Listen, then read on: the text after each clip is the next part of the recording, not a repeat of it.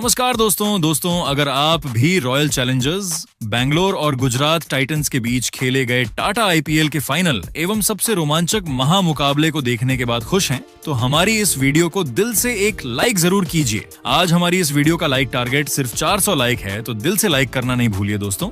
IPL के final एवं सबसे रोमांचक सांसों को रोक देने वाला महामुकाबला आज टाटा आईपीएल के इतिहास की दो सबसे खतरनाक टीमों के बीच खेला गया, जहां पर आज रजत पाटीदार की कप्तानी वाली रॉयल चैलेंजर्स बैंगलोर के सामने शुभमन गिल की कप्तानी वाली गुजरात टाइटंस की टीम नरेंद्र मोदी स्टेडियम अहमदाबाद के होम ग्राउंड पर मौजूद थी। जब दोनों टीमों के कप्तान टॉस के लिए मैदान के बीचों बीच पहुंचे तो अहमदाबाद का नरेंद्र मोदी स्टेडियम शोर से गूंज उठा।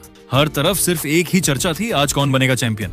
इसी जबरदस्त माहौल के बीच रॉयल चैलेंजर्स बेंगलुरु के कप्तान रजत पाटीदार ने टॉस अपने नाम किया और बिना कोई देर किए पहले गेंदबाजी करने का फैसला सुना दिया। रात में ओस की संभावनाओं को देखते हुए यह फैसला काफी अहम माना जा रहा था। अब सारी जिम्मेदारी गुजरात टाइटंस के बल्लेबाजों के कंधों पर थी। गुजरात की तरफ से कप्तान शुभमन गिल और युवा स्टार साईं सुदर्शन ओपनिंग करने मैदान पर उतरे। दोनों बल्लेबाजों के चेहरे पर आत्मविश्वास साफ झलक रहा था और शुरुआत से ही उनका इरादा आरसीबी के गेंदबाजों पर दबाव बनाने का था। बेंगलुरु की ओर से पहला ओवर लेकर आए न्यूजीलैंड के तेज गेंदबाज जैकब डफी, लेकिन साईं सुदर्शन ने उनका स्वागत किसी मेहमान की तरह नहीं बल्कि एक चुनौती की तरह किया। तीसरी गेंद पर उन्होंने शानदार फ्लिक खेलते हुए फाइन लेग की दिशा में चौका जड़ दिया। अगली ही गेंद पर एक बेहतरीन कवर ड्राइव लगाकर लगातार दूसरा चौका बटोर लिया और पूरे स्टेडियम में गुजरात के समर्थकों का शोर गूंज उठा। लेकिन इसके बाद मैच में पहला बड़ा ड्रामा देखने को मिला। डफी ने शॉर्ट गेंद डाली, सुदर्शन ने पुल शॉट खेलने की कोशिश की और गेंद सीधे विकेट कीपर जीतेश शर्मा के दस्तानों में चली गई।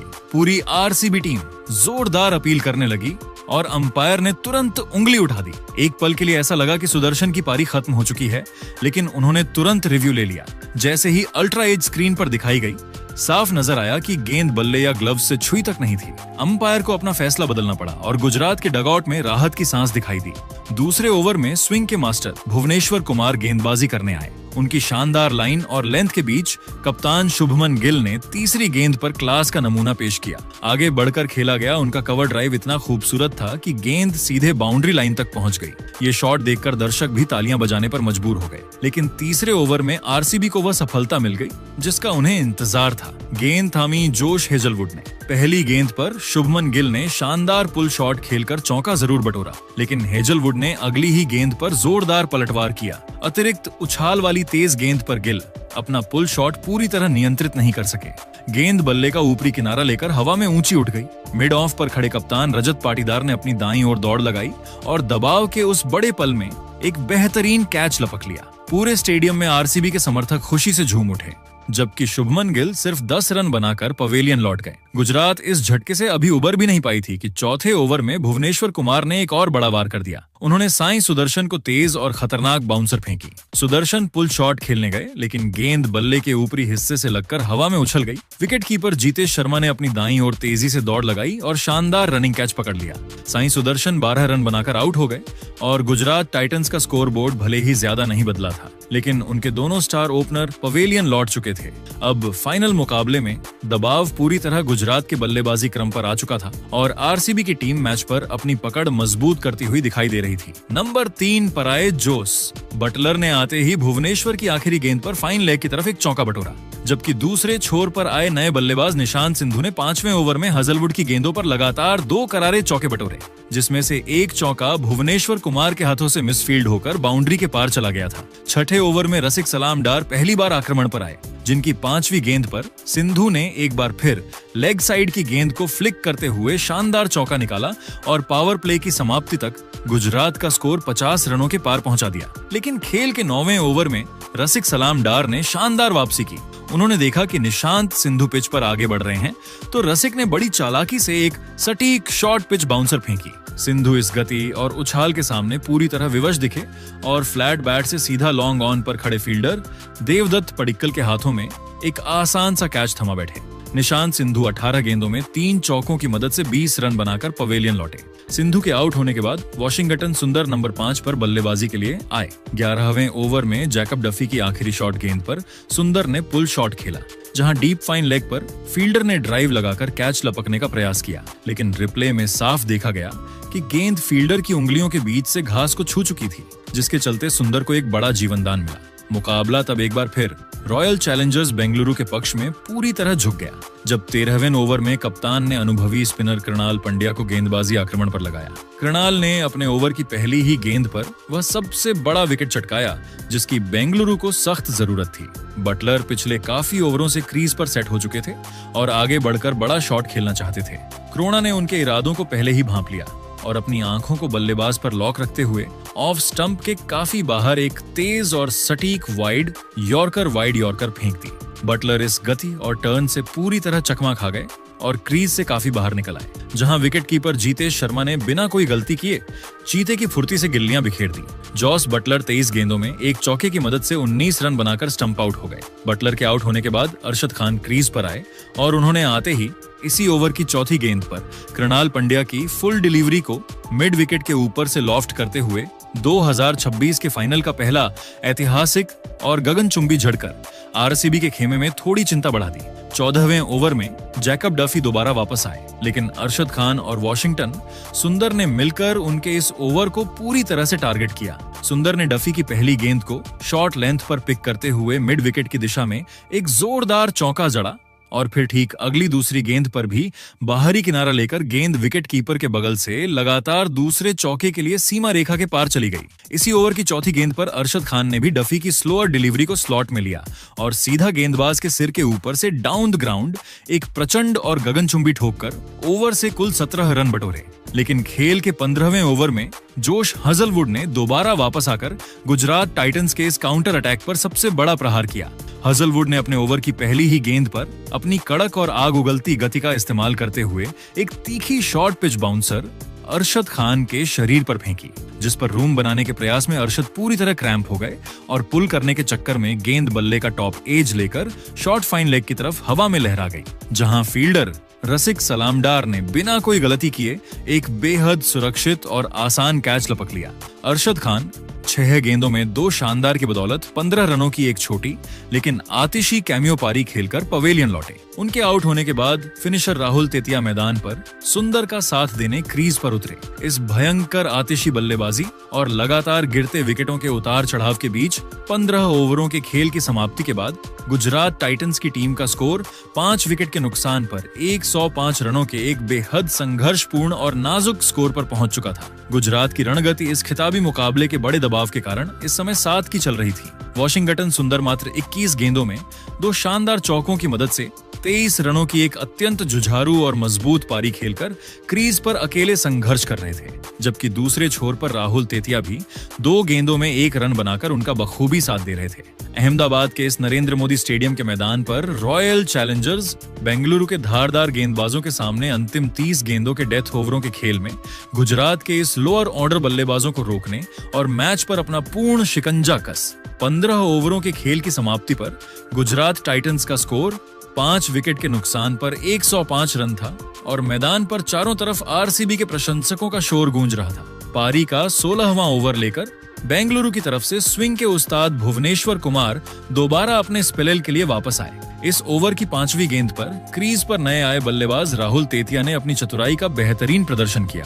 भुवनेश्वर ने ऑफ स्टंप के थोड़ा बाहर एक तीखी शॉर्ट पिच गेंद फेंकी, जिस पर तेतिया ने आखिरी समय तक गेंद का इंतजार किया। भुवनेश्वर की गति का बखूबी इस्तेमाल किया और एक बेहद ही कलात्मक शॉट खेलते हुए गेंद को विकेट कीपर जीतेश शर्मा के सिर के ठीक ऊपर से रैंप शॉट करते हुए शानदार चौके के लिए सीमा रेखा के पार भेज दिया।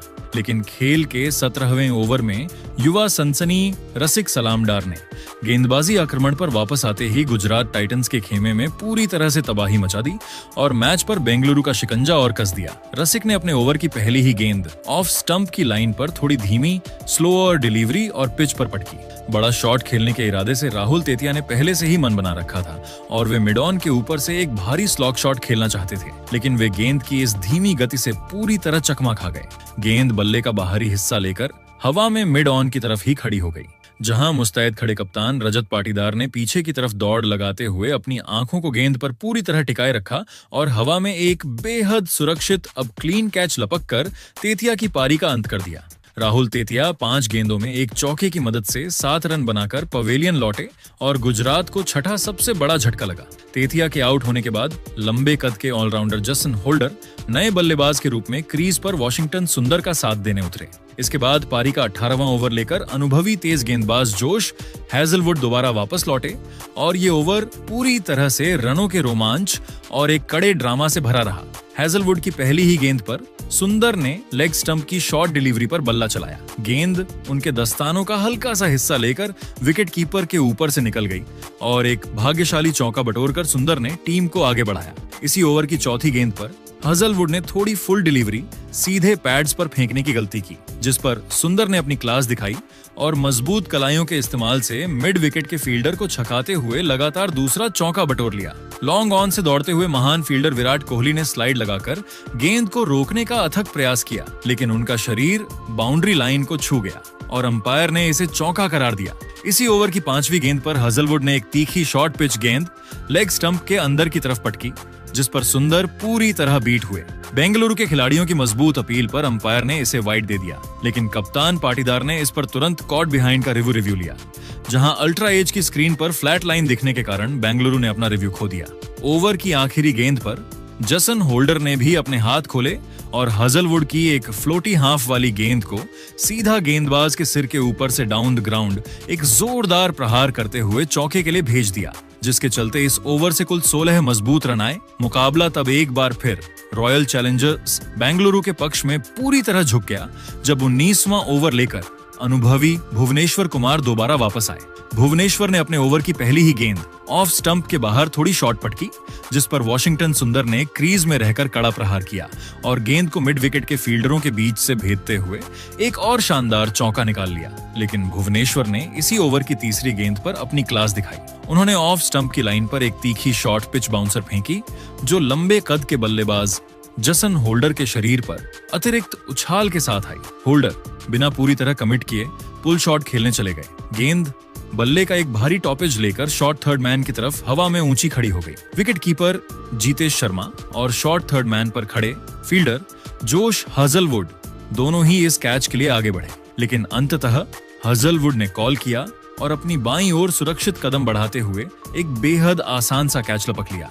जसन होल्डर 5 गेंदों में एक चौके की मदद से 7 रन बनाकर आउट हुए।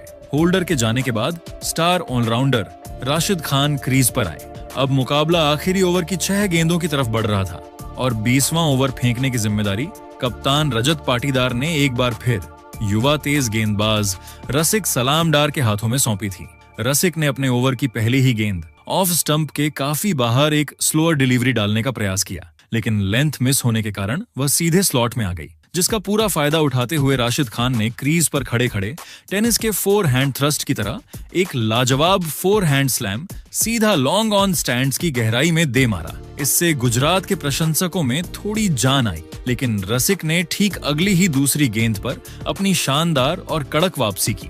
उन्होंने मिडिल स्टंप पर एक और तीखी शॉर्ट पिच बाउंसर फेंकी, जिस पर राशिद खान क्रीज से थोड़ा सा हटकर लेग साइड की तरफ एक और बड़ा हवाई पुल शॉट खेलना चाहते थे, लेकिन वे गेंद की अतिरिक्त गति और उछाल से पूरी तरह बीट हुए। गेंद बल्ले का ऊपरी किनारा लेकर हवा में डीप बैकवर्ड स्क्वायर लेग की तरफ चली गई, जहां बाउंड्री लाइन पर मुस्तैद खड़े फील्डर रोमारियो शेफर्ड ने बिना कोई गलती किए अपने हाथों को स्थिर रखते हुए एक शानदार और सुरक्षित कैच लपक लिया। राशिद खान 3 गेंदों में एक शानदार की मदद से 7 रन बनाकर पवेलियन लौटे और गुजरात का 8वां विकेट भी गिर गया। राशिद के आउट होने के बाद कागिसो रबाड़ा अंतिम बल्लेबाज के रूप में क्रीज पर आए। इसी ओवर की 5वीं गेंद पर वॉशिंगटन सुंदर ने रसिक की फुल डिलीवरी पर फ्रंट फुट क्लियर किया और कवर्स की दिशा में एक जोरदार ड्राइव लगाते हुए गेंद को पॉइंट के बगल से निकाल लिया, जहां बल्लेबाजों ने तेजी से 1 रन चुराया और इसी सिंगल की बदौलत वॉशिंगटन सुंदर ने मात्र 37 गेंदों में 5 शानदार चौकों की मदद से अपना एक अत्यंत जुझारू और ऐतिहासिक अर्धशतक पूरा कर पूरे डगआउट को खड़े होने पर मजबूर कर दिया। इस अंतिम ओवरों के भयंकर सटीक और किफायती गेंदबाजी प्रदर्शन की बदौलत गुजरात टाइटंस की टीम निर्धारित 20 ओवरों के खेल में 8 विकेट के नुकसान पर मात्र 155 रनों पर पूरी तरह सिमट गई। दोस्तों, 156 रनों के लक्ष्य का पीछा करने उतरी रॉयल चैलेंजर्स बैंगलोर की टीम के ड्रेसिंग रूम में पूरा आत्मविश्वास दिखाई दे रहा था। स्टेडियम में मौजूद हजारों दर्शकों की निगाहें अब इस रन चेज पर टिकी हुई थीं। हर किसी को उम्मीद थी कि एक बार फिर बल्लेबाजी के बादशाह विराट कोहली अपनी टीम को जीत की मंजिल तक पहुंचाएंगे। दूसरी तरफ उनके साथ मैदान पर उतरे विस्फोटक बल्लेबाज वेंकटेश अय्यर, जो शुरुआत से ही गेंदबाजों पर हमला बोलने के लिए जाने जाते हैं। जैसे ही दोनों बल्लेबाज मैदान पर पहुंचे, स्टेडियम तालियों और नारों से गूंज उठा। आरसीबी के समर्थक अपने चहेते खिलाड़ियों का उत्साह बढ़ा रहे थे, जबकि विपक्षी टीम के फैंस उम्मीद कर रहे थे कि उनकी गेंदबाजी इकाई कोई चमत्कार कर दिखाए। पारी की शुरुआत करने आए मोहम्मद सिराज के हाथ में नई गेंद थी और उनकी नजरें शुरुआती झटका देने पर टिकी थी। पहले ओवर की पहली गेंद से ही उन्होंने जबरदस्त लाइन और लेंथ पकड़ ली। विराट और वेंकटेश दोनों ने शुरुआत में थोड़ा संभल कर खेलने का फैसला किया। सिराज की गेंदें लगातार सही जगह पर पड़ रही थीं और बल्लेबाजों को खुलकर खेलने का मौका नहीं मिल रहा था। पूरे ओवर में सिर्फ 5 रन आए और गेंदबाजों ने शुरुआती मुकाबले में बढ़त हासिल कर ली। लेकिन क्रिकेट का खेल कुछ ही पलों में करवट बदल देता है और अगले ओवर में कुछ ऐसा ही देखने को मिला। दूसरे ओवर में गेंदबाज जैसे ही रन अप लेकर आए, वेंकटेश अय्यर ने अपने इरादे साफ कर दिए। पहली ही गेंद पर उन्होंने शानदार टाइमिंग के साथ गेंद को कवर बाउंड्री की ओर भेज दिया। गेंद बिजली की रफ्तार से सीमा रेखा पार कर गई और दर्शक अपनी सीटों से उछल पड़े। अब गेंदबाज दबाव में आ चुका था। तीसरी गेंद पर वेंकटेश ने आगे बढ़कर ऐसा जोरदार छक्का लगाया कि गेंद सीधे दर्शकों के बीच जाकर गिरी। चौथी गेंद पर उन्होंने एक और खूबसूरत चौका जड़ दिया और आखिरी गेंद पर फिर से गेंद को गैप में खेलते हुए 4 रन हासिल कर लिए। देखते ही देखते एक ओवर में 18 रन आ गए और मैच का पूरा माहौल बदल गया। जो गेंदबाज कुछ देर पहले हावी दिखाई दे रहे थे, अब वही दबाव में नजर आने लगे। तीसरे ओवर में विराट कोहली ने भी अपने हाथ खोलने शुरू कर दिए। विराट शुरुआत में हमेशा पिच को समझते हैं और फिर धीरे धीरे अपने खेल को अगले स्तर पर ले जाते हैं। इस ओवर में उन्होंने शानदार चौके के साथ अपना खाता खोला। कुछ गेंदों बाद एक और बेहतरीन बाउंड्री लगाकर उन्होंने अपने इरादे जता दिए कि आज वह लंबी पारी खेलने के मूड में है। दूसरी ओर वेंकटेश अय्यर भी लगातार स्ट्राइक रोटेट करते हुए स्कोर बोर्ड को आगे बढ़ा रहे थे। ओवर की 5वीं गेंद पर वेंकटेश ने फिर एक शानदार चौका जड़ दिया और आरसीबी की टीम तेजी से लक्ष्य की ओर बढ़ने लगी। अब आया चौथा ओवर और यहीं से विराट कोहली ने अपने असली रंग दिखाने शुरू किए। पहली गेंद पर उन्होंने शानदार ड्राइव लगाई और गेंद सीधे बाउंड्री तक पहुंच गई। दूसरी गेंद पर भी वही नजारा देखने को मिला। इस बार गेंद पॉइंट के ऊपर से निकल गई और 4 रन मिल गए। तीसरी गेंद पर विराट ने कदमों का बेहतरीन इस्तेमाल किया और गेंदबाज को सीधा मैदान के बाहर का रास्ता दिखा दिया। छक्का इतना शानदार था कि कुछ सेकंड के लिए पूरा स्टेडियम सिर्फ गेंद को निहारता रह गया। चौथी गेंद पर एक और चौका और देखते ही देखते विराट ने अकेले इस ओवर में 19 रन बटोर लिए। अब गेंदबाज पूरी तरह बैकफुट पर थे और आरसीबी का डगआउट खुशी से झूम रहा था। 5वें ओवर में वेंकटेश अय्यर ने फिर एक जबरदस्त शॉट खेलकर अपनी आक्रामकता जारी रखी। ऐसा लग रहा था कि वह आज किसी भी गेंदबाज को नहीं छोड़ने वाले। लेकिन क्रिकेट की यही खूबसूरती है कि यहाँ एक गेंद पूरा खेल बदल सकती है। अगली ही गेंद पर मोहम्मद सिराज ने शानदार वापसी की। उन्होंने ऐसी गेंद डाली जिसने वेंकटेश को बड़ा शॉट खेलने के लिए मजबूर कर दिया। गेंद बल्ले का सही संपर्क नहीं कर पाई और हवा में ऊंची उठ गई। फील्ड में मौजूद कगिसो रबाडा ने कोई गलती नहीं की और आसान सा कैच पकड़ लिया। वेंकटेश अय्यर 16 गेंदों में 32 रन बनाकर आउट हो गए। उनकी पारी छोटी जरूर थी, लेकिन उसने आरसीबी को धमाकेदार शुरुआत दिला दी थी। अब मैदान पर आए देवदत्त पडिक्कल। टीम को उम्मीद थी कि वह विराट का अच्छा साथ निभाएंगे, लेकिन छठे ओवर में कगिसो रबाडा ने कमाल की गेंदबाजी करते हुए उन्हें ज्यादा देर टिकने का मौका नहीं दिया। शानदार गेंद पर पडिक्कल कैच आउट हो गए और सिर्फ 1 रन बनाकर वापस लौट गए। अचानक आरसीबी ने 2 विकेट जल्दी गंवा दिए थे और मैच थोड़ा संतुलन की ओर लौटता दिखाई दे रहा था। लेकिन दूसरी तरफ विराट कोहली पूरी तरह सेट हो चुके थे। ओवर की अंतिम गेंद पर उन्होंने जबरदस्त छक्का लगाकर विपक्षी टीम को साफ संदेश दे दिया कि वह अभी कहीं जाने वाले नहीं है। पावर प्ले समाप्त हुआ और 6 ओवर के बाद आरसीबी का स्कोर 2 विकेट पर 70 रन था। यह एक शानदार शुरुआत थी और लक्ष्य अब काफी करीब नजर आने लगा था। 7वें ओवर में कप्तान रजत पाटीदार मैदान पर आए और आते ही उन्होंने अपने इरादे जाहिर कर दिए। पहली ही गेंद पर उन्होंने शानदार छक्का लगाकर दर्शकों का मनोरंजन कर दिया। उनका आत्मविश्वास देखने लायक था। विराट और रजत मिलकर धीरे धीरे लक्ष्य की ओर बढ़ रहे थे। 8वें ओवर में भी रजत पाटीदार ने एक खूबसूरत चौका लगाया। दोनों बल्लेबाजों के बीच अच्छी साझेदारी बनती जा रही थी। मैदान के चारों तरफ रन निकल रहे थे और गेंदबाजों के लिए कोई राहत नजर नहीं आ रही थी। लेकिन तभी कप्तान ने अपने सबसे बड़े हथियार राशिद खान को गेंद थमा दी। 9वां ओवर मैच का टर्निंग पॉइंट साबित हुआ। राशिद खान अपनी रहस्यमयी गेंदबाजी के लिए दुनिया भर में मशहूर हैं और इस ओवर में उन्होंने अपनी क्लास दिखा दी। रजत पाटीदार बड़ा शॉट खेलने के प्रयास में गेंद को सही तरीके से नहीं खेल पाए और कैच थमा बैठे। 13 गेंदों में 15 रन बनाकर वह पवेलियन लौट गए, लेकिन राशिद यहीं नहीं रुके। कुछ ही गेंदों बाद उन्होंने कृणाल पांड्या को एलबीडब्ल्यू आउट कर दिया। अचानक आरसीबी ने 2 महत्वपूर्ण विकेट गंवा दिए और मैच में रोमांच वापस लौट आया। इस ओवर में राशिद ने सिर्फ 3 रन दिए और 2 विकेट हासिल कर लिए। अब विराट कोहली पर जिम्मेदारी और बढ़ गई थी, लेकिन विराट उन खिलाड़ियों में से हैं जो दबाव में और बेहतर खेलते हैं। 10वें ओवर में उन्होंने शानदार चौका लगाया और स्कोर बोर्ड को आगे बढ़ाया। दूसरी ओर टीम डेविड भी मैदान पर आते ही आक्रामक अंदाज में दिखाई दिए। उन्होंने एक बेहतरीन चौका लगाकर अपने इरादे स्पष्ट कर दिए। 10 ओवर के बाद आरसीबी का स्कोर 4 विकेट पर 100 रन था। अब जीत के लिए सिर्फ 56 रन चाहिए थे और हाथ में 6 विकेट बाकी थे। इसके बाद विराट और टीम डेविड ने बेहद समझदारी से बल्लेबाजी की। दोनों ने खराब गेंदों को बाउंड्री तक पहुंचाया और अच्छी गेंदों पर सिंगल डबल लेकर स्ट्राइक घुमाई।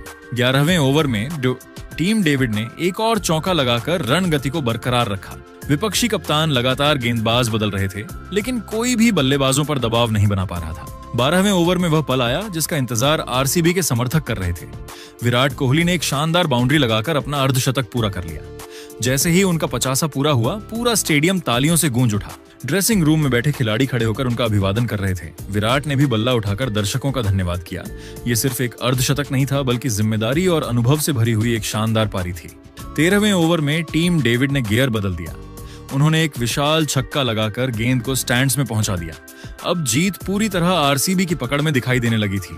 गेंदबाजों के चेहरे पर निराशा साफ झलक रही थी।